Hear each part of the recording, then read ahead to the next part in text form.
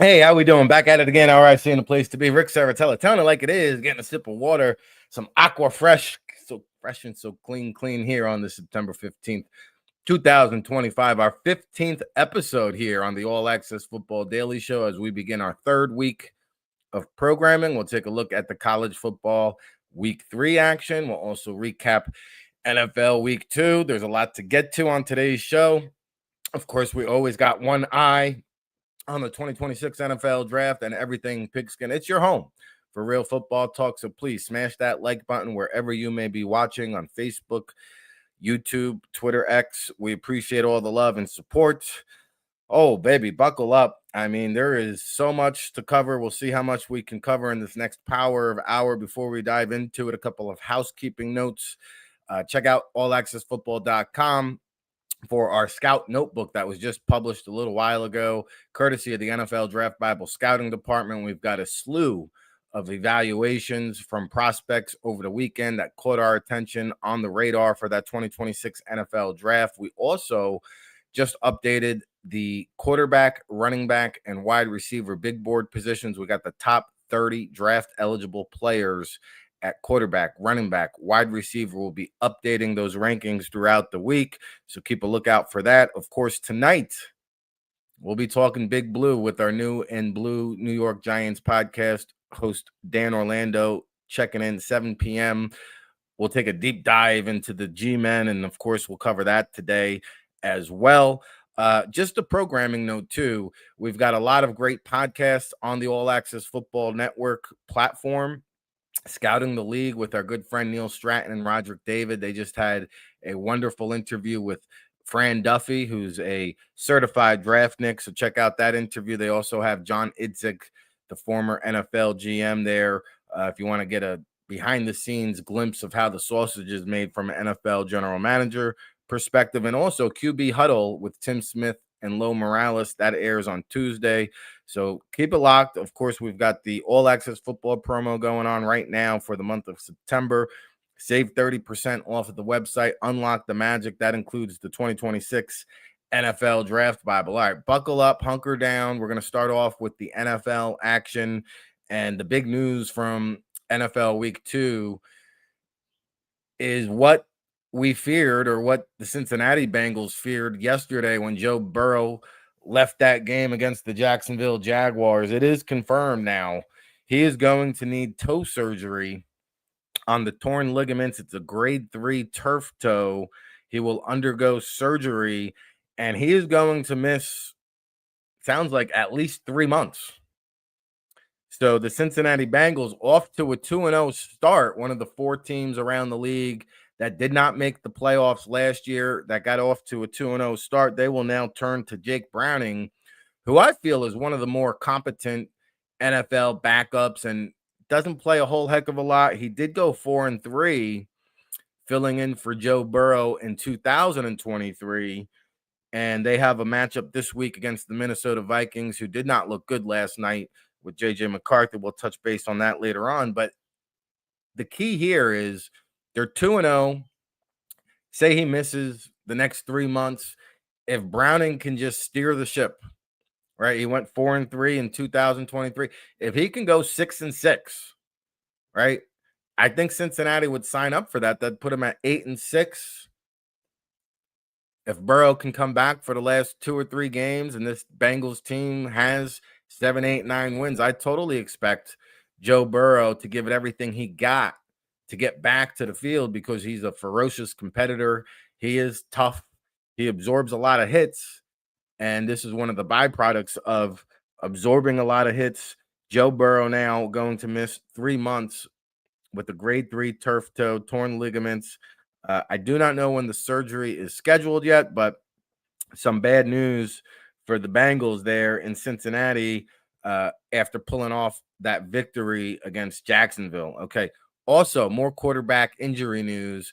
Justin Fields will undergo concussion protocol this week. He left the game against the Buffalo Bills thumping, and they thumped him pretty good with the head injury. So, obviously, concussions, very sensitive situation, case by case basis. We shall see throughout the week. We'll monitor this story. But Tyrod Taylor finished the game, of course, longtime journeyman, veteran backup there for the Jets. And, you know, these New York teams, they just have tough luck, don't they? Speaking of New York, New Jersey, I hate to even call them the Jersey Giants because it's embarrassing to my home state. The New York Giants are just such a down in the dump franchise organization. And for all the good that Russell Wilson did yesterday, you saw why he just should not be the starting quarterback for this team, quite frankly. I just will continue to say that.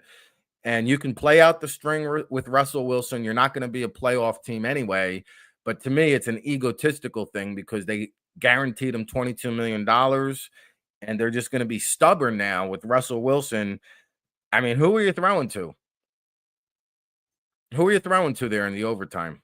I mean, even if the wide receiver ran the wrong route, it was nowhere near the vicinity of anyone but players with stars on their helmets. And, this was a hell of a game to watch. 6 lead changes in the fourth quarter, as a matter of fact, tied for the most in NFL history. It was a seesaw battle, back and forth, but and the Giants penalties, I mean, 6 penalties on the opening drive, 7 if you want to include the opening kickoff. James Hudson is benched. In comes Marcus Mabel. You saw Hudson with the sideline antics going on there. But to me, what stands out here is how tone deaf Russell Wilson is. Okay? Because if you listen to his post-game press conference, here's Russell Wilson taking a victory lap. No, my friend, you lost. You lost the game. It's not about individual accolades and career passing yardage. It's about putting W's on the board. And so to me, to listen to Russell Wilson stand there on his high horse on the podium talking about, well, man, the greater you're great, the more they're going to hate. Well, guess what, dude? You're not that great. Sorry. You're just not. And for you to make a boneheaded throw to cost your team the game in the fourth quarter, you shouldn't be standing up there telling everybody how great you are. I don't know. I saw things to build upon with Jackson Dart in the preseason, just like the Tennessee Titans saw things to build upon with Cam Ward in the preseason. But the Giants, I don't know if they don't know how to evaluate quarterbacks, if they don't know how to coach quarterbacks at this juncture of the stage. Quite frankly, you look at what Daniel Jones has done. I mean, you haven't seen that in 5 years with the Giants. So, like, the decision-making process here, they were so quick to run Eli out of town. They wanted to bench him for Geno Smith. It's been a QB carousel. And now you're going to be stubborn with this Russell Wilson forcing it down our throats. And I guess what? Now, week 3 against Kansas City, week 4 against the LA Chargers. Now, I had said coming into the season, week 5 would be a nice soft landing spot. New Orleans, not the easiest place to play, but the Saints are down in the dumps as well. I mean, if Jackson Dart isn't starting by week 5, what are we doing here? Because the Giants are going to be 0-4.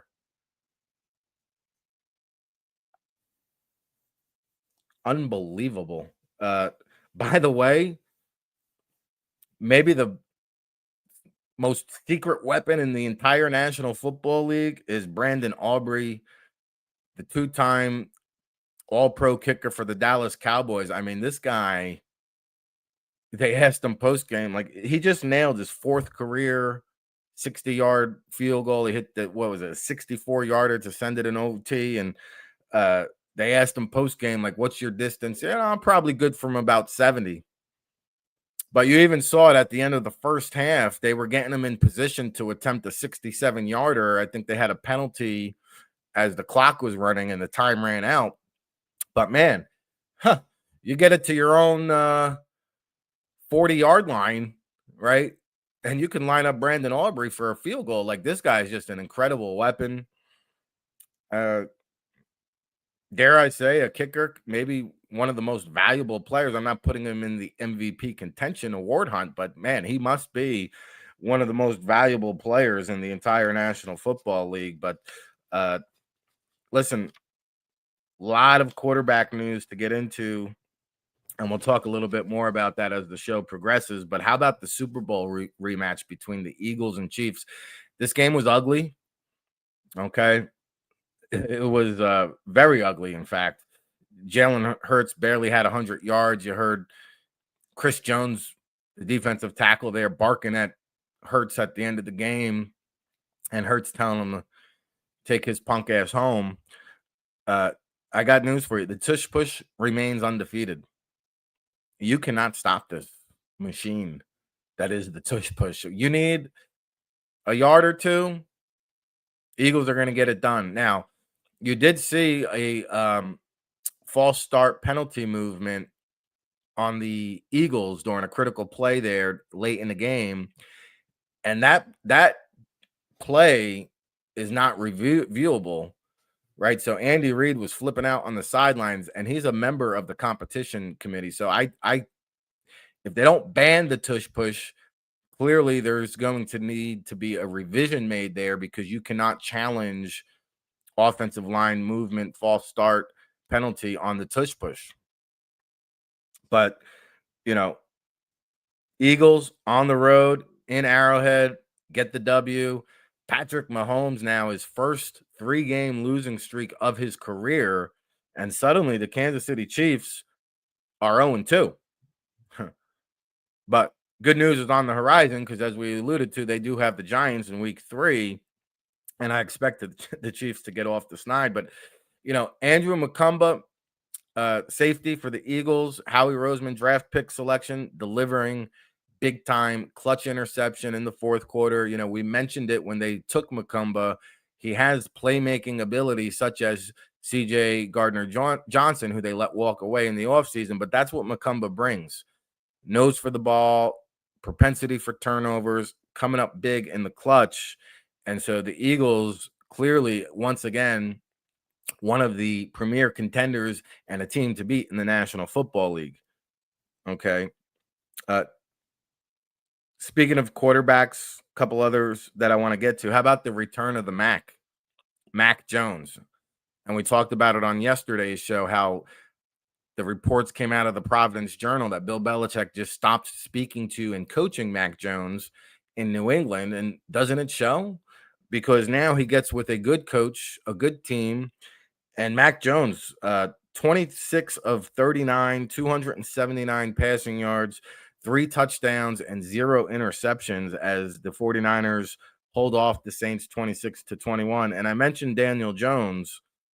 I mean, man, he's given us something to think about. Now, this game, if you didn't see it, the ending was a little bit controversial. And, Indianapolis missed the field goal as time expired, but there was a penalty. Someone leaped over the center. The Broncos gave the Colts a 15-yard penalty, and the Colts were able to execute on that field goal as they did the redo.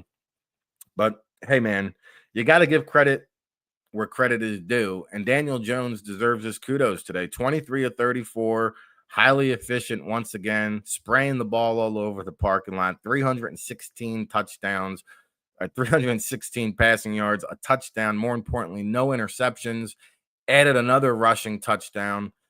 And suddenly the Colts, we talked about those teams that didn't make the playoffs starting out 2-0. We'll see if Daniel Jones can sustain, but it goes back to my point about the Giants, Brian Daboll, the importance of coaching. I would imagine Brian Daboll has to be on a scorching hot seat, as is as is Mike McDaniel. If you saw his post-game press conference, this is a defeated man, a defeated team. I told you the line smelt like fish, literally. I don't know why the Dolphins were favored, but this is a team treading nowhere fast, and you could just sense the moral defeat of the one Mike McDaniels, who just looks like a dead man walking at this point. Okay. So those were the key takeaways from NFL Week 3. We will get to much, much more later on in the show. I promise you that. I've got notes for days here. We're going to try to cover a lot in this next hour of power.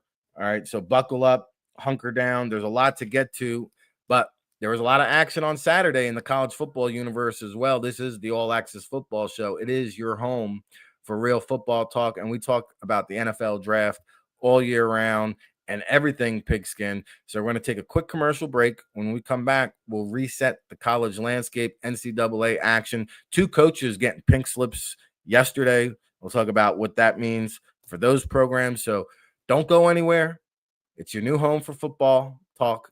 Ric Serritella here on the All Access Football Daily Show. We'll be back right after this.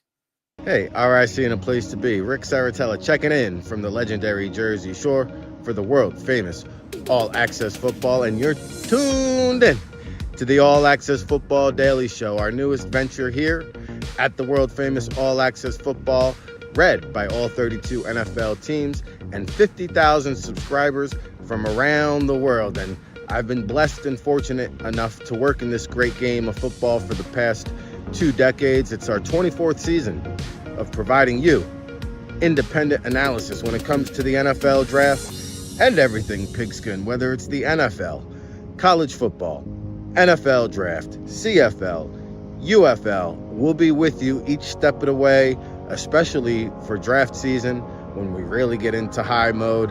Of course, it's all brought to you by the 2026 NFL Draft Bible, published in April, featuring over 500 in-depth scouting reports with our boots-on-the-ground analysis. We'll be on location at the All-Star Games, the NFL Scouting Combine, the Pro Day circuit, counting you down to that 2026 NFL Draft in Pittsburgh. And be sure you check us out over at allaccessfootball.com. We've got a great promo discount for you listeners at home. If you enter our promo code RIC VIP, you'll get a 30% discount off of all of our premium content. You'll unlock the magic. Get our NFL Draft Insider Reports, Scouting Notebook, of course, the World Football All Access Football Report published on Wednesday. It's your new home for real football talk. So follow along, give us a shout. We hope you're enjoying the show. If you're watching on YouTube, Facebook, or X, please give it a like, a share, a subscribe, and we'll be with you each and every day here, 7 days a week, live, 10 a.m. Eastern, no days off, rain, sleet, hail, snow. The show must go on. For Ric Serritella and the All Access Football Daily Show, keep it locked, everybody.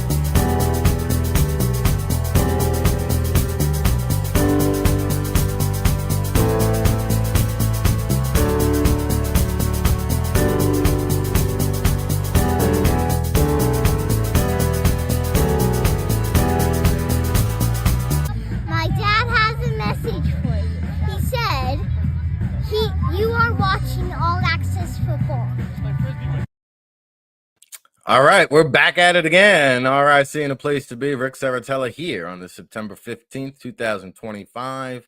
It's our 15th episode of the All Access Football Daily Show, our 3rd week of programming. Your home for real football talk. We got to some NFL headlines in the A block.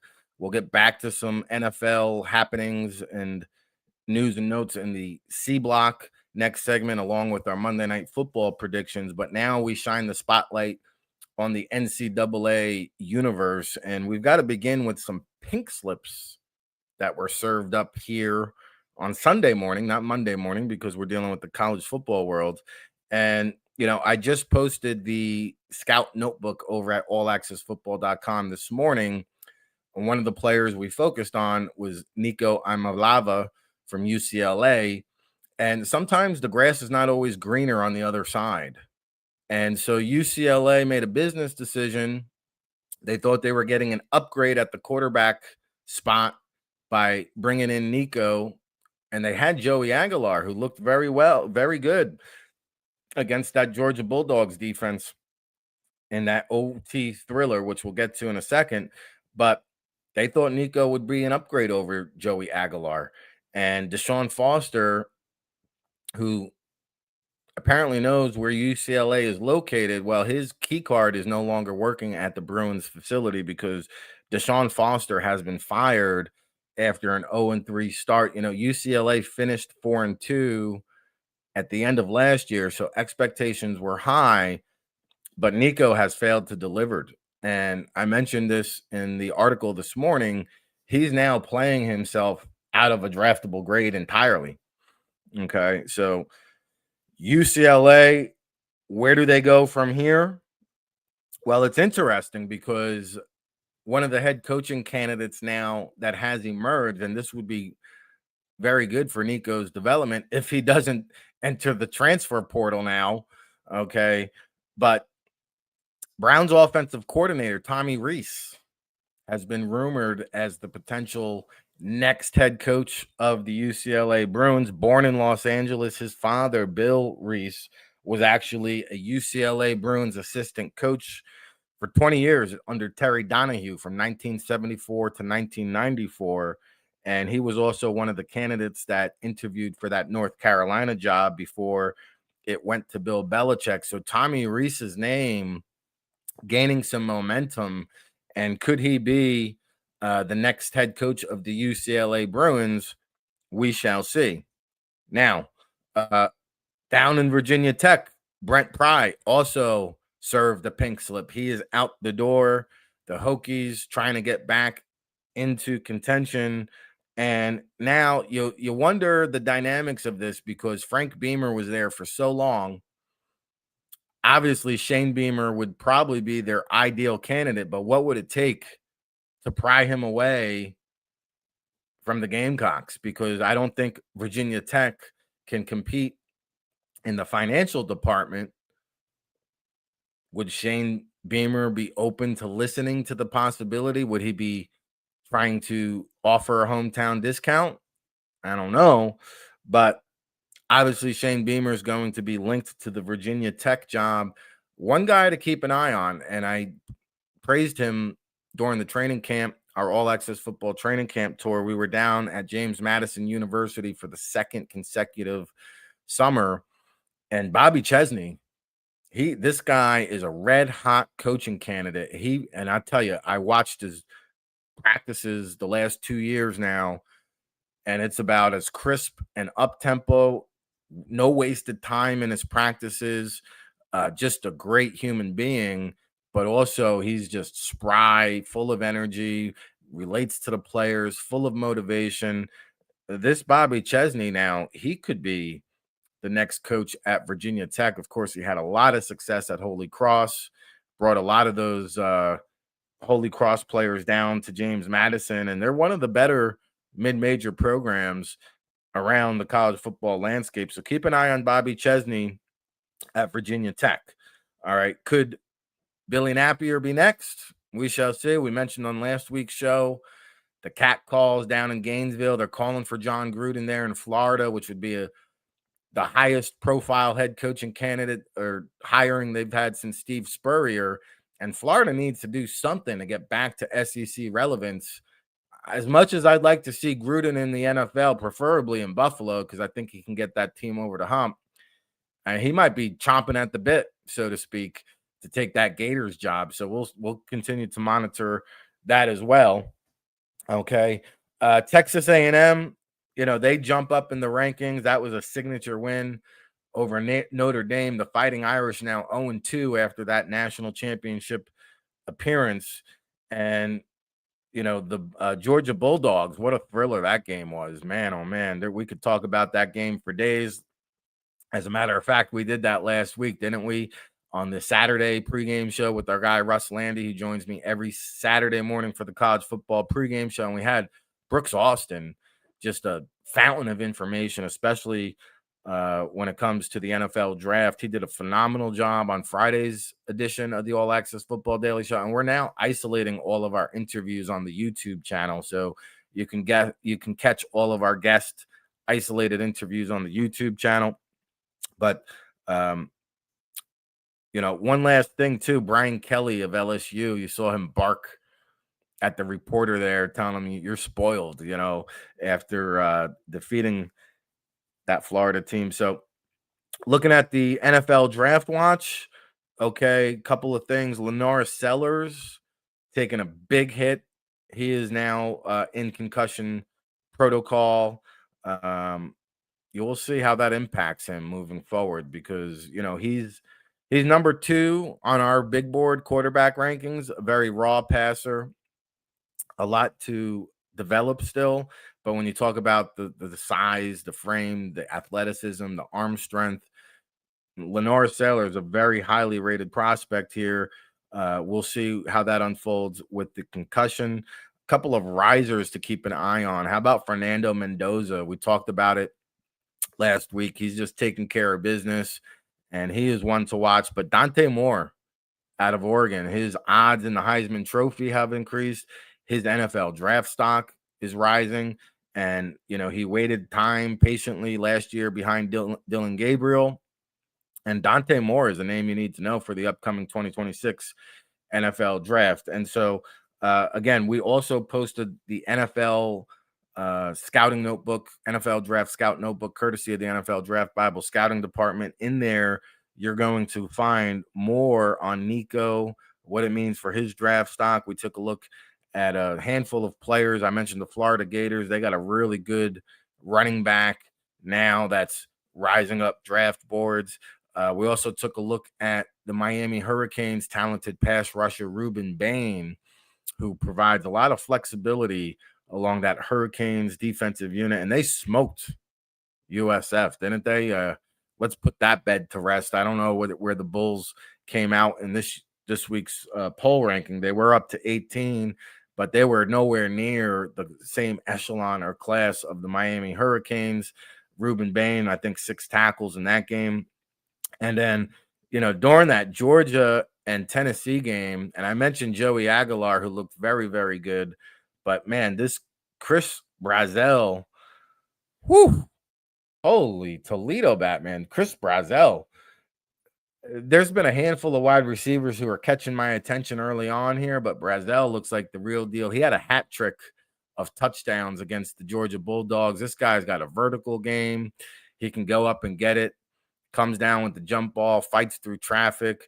Actually thought he was an above average route runner. He's got to kind of expand that route tree, but he does create separation coming out of his breaks, and he's got tremendous size, athleticism, long speed. Just Chris Brazzell, I got a day 2 grade on him, and he's going to continue to move up draft boards. I can guarantee you that. Also, on our big board, I just updated the top 30 draft eligible prospects at quarterback, running back, wide receiver on the website.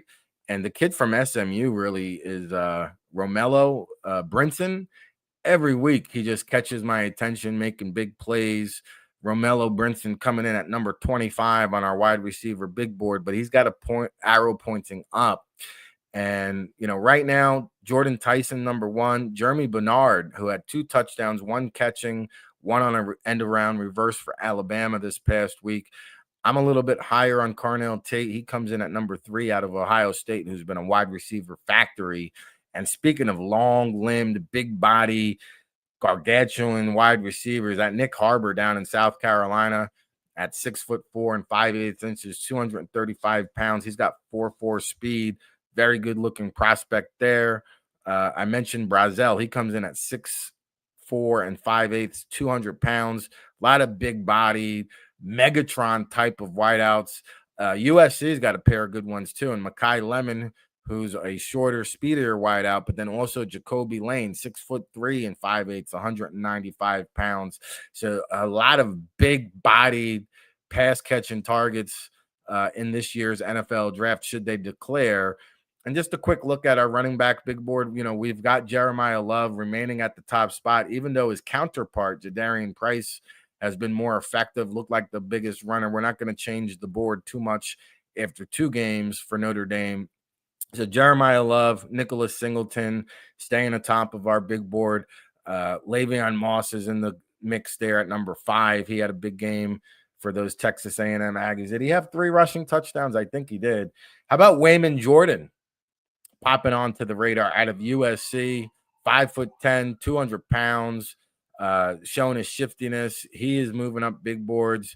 So you can catch the top 30 draft eligible prospects there at allaccessfootball.com. We got a great promo code right now going on, RICVIP. I think we've just discounted it for everybody for September. If you log on, 30% discount. You get all of our insider intel, the 2026 NFL Draft Bible, of course, the world famous All Access Football Report on Wednesdays, and the Draft Insider on Fridays. But right now, Nussmeier to me looks like the only clear-cut first-round quarterback that you can actually get on the table. You can pound the table. You can do cartwheels. He's going to be a franchise signal caller. Now, he's going to make an occasional error, and, that interception, you saw him rolling out to his right, thrown across his body, thrown across the field. You can't have that kind of stuff, but the mistakes are far and few between. Lenore Sellers remains at number 2. I heard somebody tell me today our list is not good because Arch Manning's on it. Listen, Arch Manning is draft eligible. So if you're draft eligible, we're rating all the draft eligible prospects. And he doesn't sit atop our big board, but he's still in the fold there, along with Carson Beck, who I see the mainstream media calling him a draft riser. But Carson Beck has maintained a first-round grade even last year in a down year with Georgia. NFL scouts never wavered from that. And so I don't know where they're getting this riser nonsense from. But, remember, Beck had 36 dropped passes from those Georgia wide receivers last year that attributed to a down season. So Carson Beck's there. And then, the tier 2 quarterbacks are intriguing because I think this is going to continue to play out as the season progresses. Drew Allar from Penn State. We mentioned Fernando Mendoza from Indiana. We had Emory Hunt on last week, and he had Taylon Green out of Arkansas as his number 1 rated quarterback. I know there's a lot of love out there for Sam Leavitt out of Arizona State as well. And I think Dante Moore now has to be in that equation, the red shirt sophomore out of Oregon. And how about Haynes King, who just completely outplayed Cade Klubnik in that Clemson Georgia Tech game? And Clemson really bamboozled us, didn't they? I thought this team was loaded with talent.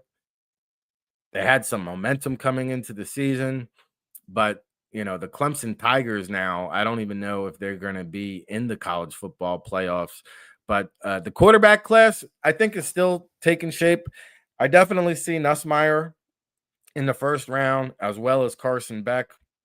I also believe that Lenore Sellers has shown enough potential, that dangerous P word, to be considered, possibly even for the number 1 overall selection. So you saw Anthony Richardson rise up draft boards a couple years ago. I think he was the number 4 overall pick. Lenore Sellers looks like a better product than Anthony Richardson at this stage of his career. So just some updates there. On the draft side, of course, we're going to be updating the big board throughout the week. We'll have the top 30 draft eligible players at each position as the week rolls on. Okay.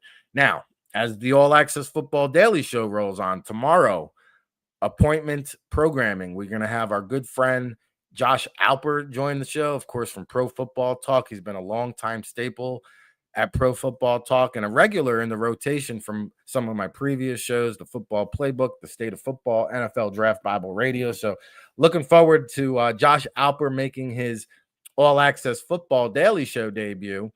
And then Wednesday, each and every Wednesday throughout the season, we're joined by the legendary Howard Balzer dropping H-bombs on us.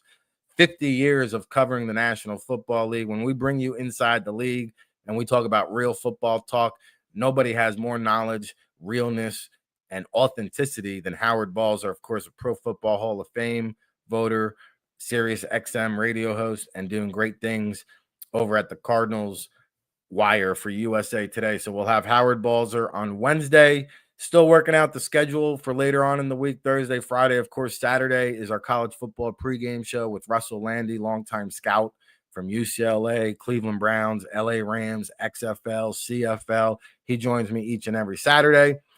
And Sundays are NFL Around the League Pick'em, which yesterday I have the updated figures here. And I do apologize. I got both of my best bets wrong in Pittsburgh and the Cardinals with the Panthers backdoor cover, but it wasn't a terrible day overall. We did go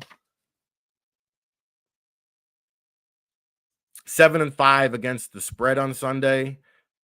Of course, we dropped the Thursday night game, so that puts us at 7-6 on the week against the spread, and that would make us 18-11 overall. We went 11-5 in week 1, sitting at 7-6 in week 2. 18-11 overall against the spread. And when we come back from our next break, we're going to have more predictions with the Monday Night Football doubleheader. Also have some news and notes from around the league that I want to get to. So we got to take our second commercial break of the day. But buckle up, hunker down. It's the All Access Football Daily Show, your home for real football talk. And we're going to talk about it and be about it right after this. Hey, RIC in a place to be. Ric Serritella checking in from the legendary Jersey Shore for the world-famous All Access Football, and you're tuned in to the All Access Football Daily Show, our newest venture here at the world-famous All Access Football, read by all 32 NFL teams and 50,000 subscribers from around the world. And I've been blessed and fortunate enough to work in this great game of football for the past 2 decades. It's our 24th season of providing you independent analysis when it comes to the NFL draft and everything pigskin, whether it's the NFL, college football, NFL draft, CFL, UFL. We'll be with you each step of the way, especially for draft season when we really get into high mode. Of course, it's all brought to you by the 2026 NFL Draft Bible, published in April, featuring over 500 in-depth scouting reports with our boots-on-the-ground analysis. We'll be on location at the All-Star Games, the NFL Scouting Combine, the Pro Day circuit, counting you down to that 2026 NFL Draft in Pittsburgh. And be sure you check us out over at allaccessfootball.com. We've got a great promo discount for you listeners at home. If you enter our promo code RIC VIP, you'll get a 30% discount off of all of our premium content. You'll unlock the magic. Get our NFL Draft Insider Reports, Scouting Notebook, of course, the World Football All Access Football Report published on Wednesday. It's your new home for real football talk. So follow along, give us a shout. We hope you're enjoying the show. If you're watching on YouTube, Facebook, or X, please give it a like, a share, a subscribe, and we'll be with you each and every day here, 7 days a week, live, 10 a.m. Eastern, no days off, rain, sleet, hail, snow. The show must go on. For Ric Serritella and the All Access Football Daily Show, keep it locked, everybody.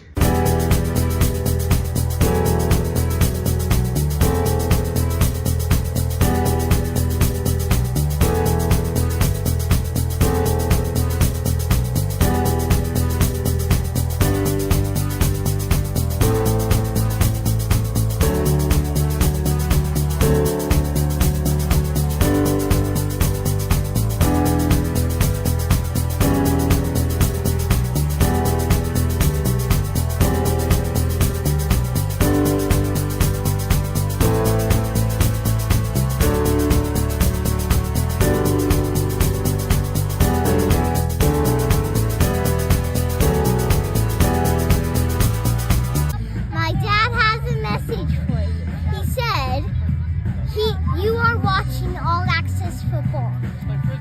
All right, back at it again. All right, seeing the place to be. Ric Serritella, telling it like it is when it comes to the NFL draft and everything pigskin here on the All Access Football Daily Show. Our 15th episode, our third week of programming.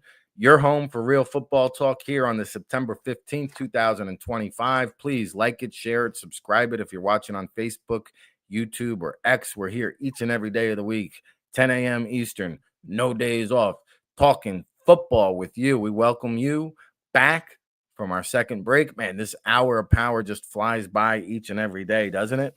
Well, we got into our NFL headlines in the A block. We got into some college football headlines and some NFL draft talk in the B block. And now it's time for some housekeeping notes around the football universe. And, you know, I alluded to a couple of the teams that are 2-0 after not making the playoffs last season.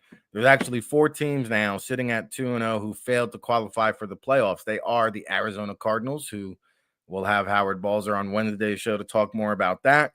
The Indianapolis Colts, led by Danny Dimes. Oh, baby. Unbelievable. The Cincinnati Bengals now 2-0. They'll hand over the reins to Jake Browning, as Joe Burrow, we talked about at the top of the show, is going to undergo that toe surgery and be out for about 3 months. Heavy hit for Cincinnati. And San Francisco, it just feels like they've been hit now for the past 2 years with this injury bug. But have no fear, Mac Jones is here. An arousing appearance by Mac Jones, getting that W in the fill-in of Brock Purdy. Of course, San Francisco has injuries all over the roster, but they do sit at 2-0, and that's pretty good there in the NFC West, which we call the Wild, Wild West. All right. So also becoming official, and we reported this. Well, we didn't break the news, but we were on top of this throughout the week last week. We told you Jadeveon Clowney was in Big D this past week to visit with the Cowboys. Of course, the number 1 overall pick from the 2014 NFL draft. Hard to imagine, man. These decades are flying by, aren't they? 11 years ago, Clowney was that number 1 overall pick. He's still hanging out. 58 career sacks. So Dallas may be getting an injection of pass rush help here as they continue to mold that team. And how about Zadarius Smith, by the way, from the Eagles, who they signed off of the free agent scrap heap, and he was all over the field making plays, pressures. Zadarius Smith flying all over the field for the Philadelphia Eagles. So, hey, could Clowney give you 20-25 reps in situational pass rush opportunities? No doubt about it. Okay, he's done well now, missing all these training camps. He seems to come in and play, at least give you something. I think he had 5.5 sacks for the Carolina Panthers last year. So Dallas certainly in need of a pass rush after trading Micah Parsons and losing DeMarcus Lawrence during the offseason. So Clowney now down in Big D, and they like to do it big down there in Jerry's world. How about Ben Johnson getting served a 50 burger by his old team? And, you know, I get some things right. I get some things wrong, but I was all over this Bears hiring. I didn't like it from the get-go. I didn't think it was a good fit. I wasn't quite sure that Ben Johnson was cut out to be head coaching material. Like, you see it with Brian Daboll. I see it with Ben Johnson. Some guys are just cut out to be coordinators, but he's going to have questions now. I mean, the Lions blew the hinges off the doors against the Bears. Brian Branch was all over the place. And I told you, the Tyson Bagent watch is on. Tyson Bagent came on, finished this game. I think he was 3 of 3 or 2 of 3. But I'm telling you, Caleb Williams is going to be on a short leash. Excuse me, especially if they keep losing this way. The Bears were nowhere even close. Rome Odunze played well, but too much for the Bears to overcome. We'll see where they go with their quarterback moving forward. We mentioned Mike McDaniels at a total loss for words there in his post-game presser. He looks like now, I think, the leading candidate to be the first NFL head coach canned. And we mentioned in last segment how Gainesville, the Florida Gators, they're catcalling for John Gruden. Well, could another Florida team in the NFL side down there in Miami be in play for a John Gruden? I think it's time Gruden now is going to start hearing his name more and more with every job opening. He's just dying to get back into the National Football League. And speaking of quarterback controversies, well, we've got one now in Cleveland, don't we? I mean, another blowout game. I thought the Browns would keep this closer, and they did until the second half, and then Baltimore just ran away 41-17. But Dylan Gabriel would come in relief of Joe Flacco in this game. And so now you have another quarterback controversy in the league over at the Mistake by the Lake, which is known as the Cleveland Browns. And an interesting story that developed or came out, I guess, during the Sunday pregame show. I think Adam Schefter had it, how the Baltimore Ravens were actually going to pull the trigger on the one Shedeur Sanders before the Browns took him in the 5th round. But according to Shefty, Shedeur was quick to let the Ravens know that that's not a situation he wants.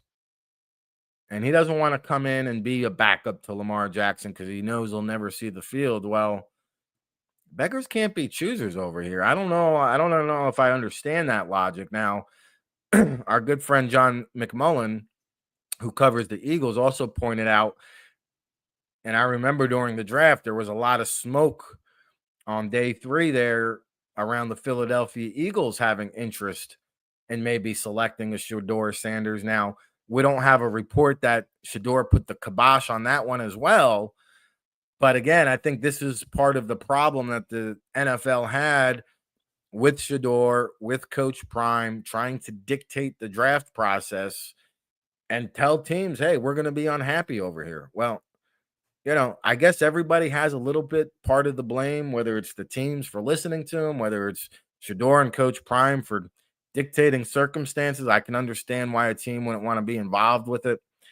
I don't understand why a player who's chosen in the 5th round is out here dictating where he wants to play. And I don't know. I mean, Lamar Jackson is not the most durable quarterback. I actually think it would have been a great situation for Lamar to land in Baltimore or even Philadelphia. I think it'd be much better than the situation he's in now, because now he's backing up another rookie quarterback in Dylan Gabriel.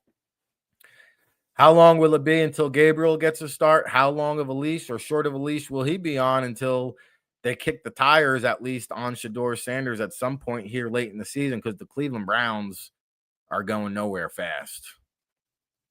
All right. Whew.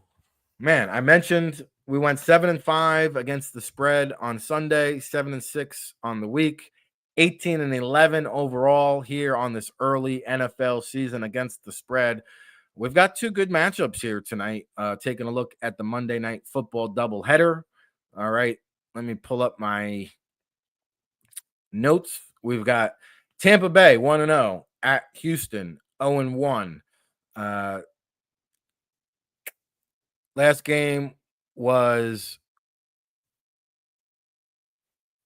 they don't have the last game for us. Well, Houston leads this series 5-1 all time. Obviously, they don't play a whole heck of a lot here, but Houston has taken it surprisingly. They've won the last 5 matchups against the Tampa Bay Bucks. Here it is. Last matchup was in 2023, and Houston won 39-37 in a shootout. Now, Houston is a tough place to play when the Texans are at home. Of course, Nick Chubb making his Texans debut in week 1, 13 carries for 60 yards. Will Anderson on the defensive side of the ball, he had 3 tackles for a loss and a sack.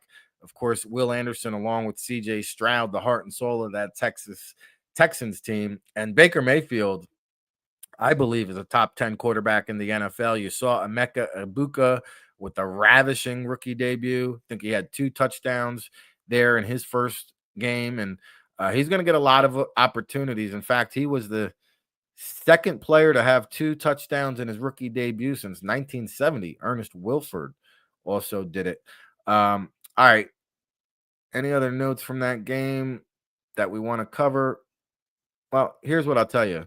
We mentioned CJ Gardner-Johnson. He has an interception in 3 of his last 4 games against the Tampa Bay Buccaneers. So he's been somewhat of a pirate killer. I'm going to take, Tampa Bay is actually coming in as an underdog here. The Texans are favored at home by 2.5. The over-unders at 42.5. I think the point total is going to be right there. I'm putting the Texans on a slight upset alert. I think Tampa Bay is going to come in here, pull out the victory. I think it'll be close. Give me Tampa Bay 22-20 over the Houston Texans. So we'll take the 2.5, but I like Tampa Bay to win this game outright. All right. The second game of the Monday Night Football doubleheader will be an AFC West showdown between your Los Angeles Chargers, 1-0, and your Las Vegas Raiders, also 1-0. The Raiders can become 2-0 for the first time since 2021, and they would join those other 4 teams to begin the season 2-0 that failed to make the playoffs last year. Surprisingly, the Chargers haven't started 2-0 since the 2001 season. Wow, 25 years ago for the Chargers since they've been 2-0. Of course, Harbaugh is always going to have his team prepared. Ladd McConkey, big-time playmaker. Justin Herbert, 3 big touchdown passes in week 1. Geno Smith, not too shabby himself with 362 passing yards in his Raiders debut. Brock Bowers, who showed up on the injury report, is expected to play, by the way. And Ashton Jeanty, will he get the momentum going here? He was a chalk pick for NFL Rookie of the Year. Did have a touchdown, one of 3 rookies with a touchdown in week 1, but the Raiders are going to want to expect more. They're going to need more if they are going to contend. So, man, all right. We're going to take a quick commercial break due to some really, really annoying noise. We're going to reset, come back right after this. Hey, RIC in a place to be. Ric Serritella checking in from the legendary Jersey Shore for the world-famous All Access Football, and you're tuned in to the All Access Football Daily Show, our newest venture here at the world-famous All Access Football, read by all 32 NFL teams and 50,000 subscribers from around the world. And I've been blessed and fortunate enough to work in this great game of football for the past 2 decades. It's our 24th season of providing you. We're coming back at you. Hey, we do it all here on the All Access Football Daily Show. I'm the host, the producer, the stage setup guy. This is the first time in 15 episodes I actually left the windows open. It's so nice here at the Jersey Shore, and I feel a little out of whack because we've been bombarded with work. We didn't even get the workout in on the boardwalk this morning. We had to update the big board. And I said, man, it's so nice out. I want to feel the breeze as I do the show. And, of course, Verizon is out here making mayhem. But back to the Chargers at Raiders, shall we? What I was explaining is that the Raiders are going to need more from Ashton Jeanty. And, of course, they're going to get more from Max Crosby, who had a big sack and a pass deflection in his week 1 performance. And I don't know. This is going to be another close game. The Chargers come in as a 3.5-point favorite on the road. The over-under here is going to be set at 46.5. And my score prediction is right around that over-under total. Now, I like the Chargers to cover on the road. They're going to go into the desert hole and beat the LA Chargers 27-20. So my 2 Monday Night Football predictions, I'm taking the Bucks plus 2.5. I like them to win it outright 22-20. And I like the Chargers to cover on the road 27-20 over the Raiders. Of course, they beat the Chiefs down in Brazil in week number 1. Woo! We got it in, the hour of power. We tried to get most of it in. We didn't get all the NFL games in, but we'll talk about that more tomorrow, whatever we didn't cover today, with our special guest, Josh Alper from Pro Football Talk, who will join us on tomorrow's show. We will have Howard Balzer on Wednesday. We'll continue to cover the NFL draft, of course, the college football landscape, and then also go over to allaccessfootball.com if you want more draft intel. We just published our scouting notebook, courtesy of the NFL Draft Bible Scouting Department. We have a bunch of scouting reports from players over the weekend. year-round coverage of the NFL draft and everything pigskin over at allaccessfootball.com. Use our promo code. In fact, the sale is just there for anybody who wants to take advantage of it. 30% off. Save now on the NFL Draft Bible publication that comes out in April. Over 500 in-depth scouting reports. That's part of the package for the All Access Football Annual Pass. You get all of our insider intel, the Scout Notebook, the Draft Insider, the All Access Football Report. And we've got a lot of great shows on the All Access Football Network too. So keep it locked tonight. I'll be back at 7 p.m. with my co-host Dan Orlando for New and Blue, a New York Giants podcast. And we're going to talk about the Giants in depth tonight at 7 p.m. Wherever you are tuned in now, we'll be right back here at that same destination. And of course, my good friends, Roderick David, Neil Stratton, Scouting the League, they've been crushing it with their interviews. They just had Fran Duffy on. You can check that interview out. They've had John Idzik on last week from Sumer Sports, the former general manager of the New York Jets. And the QB Huddle with Tim Smith and Lo Morales on everything QBs. That airs on Tuesdays, so we'll also push that out for you tomorrow. And one last thing on the website we did today is unveil or update the top 30 draft-eligible prospects at quarterback, running back, wide receiver. We'll continue to do that each and every day of the week over on the website. We will update our big board. And don't forget about our college football pregame show every Saturday with Russ Landy, giving you that insight, that scout perspective, marquee matchups, key prospects, verified measurements, projections, everything you need to know when it comes to the NFL draft and everything pigskin. And I'll just tell you, man, this was our 15th edition of the All Access Football Daily Show, our third week of programming. We don't take any days off here. We're live each and every day, 7 days a week. 10 a.m. Eastern. It's been another hour of power. So we do appreciate you tuning in for another episode. We'll be back tomorrow. Special guest Josh Alper, ProFootballTalk.com.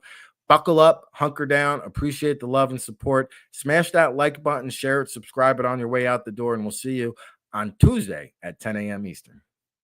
Hey, RIC and a place to be. Ric Serritella checking in from the legendary Jersey Shore for the world-famous All Access Football, and you're tuned in to the All Access Football Daily Show, our newest venture here at the world-famous All Access Football, read by all 32 NFL teams and 50,000 subscribers from around the world. And I've been blessed and fortunate enough to work in this great game of football for the past 2 decades. It's our 24th season of providing you independent analysis when it comes to the NFL draft and everything pigskin, whether it's the NFL, college football, NFL draft, CFL, UFL. We'll be with you each step of the way, especially for draft season when we really get into high mode.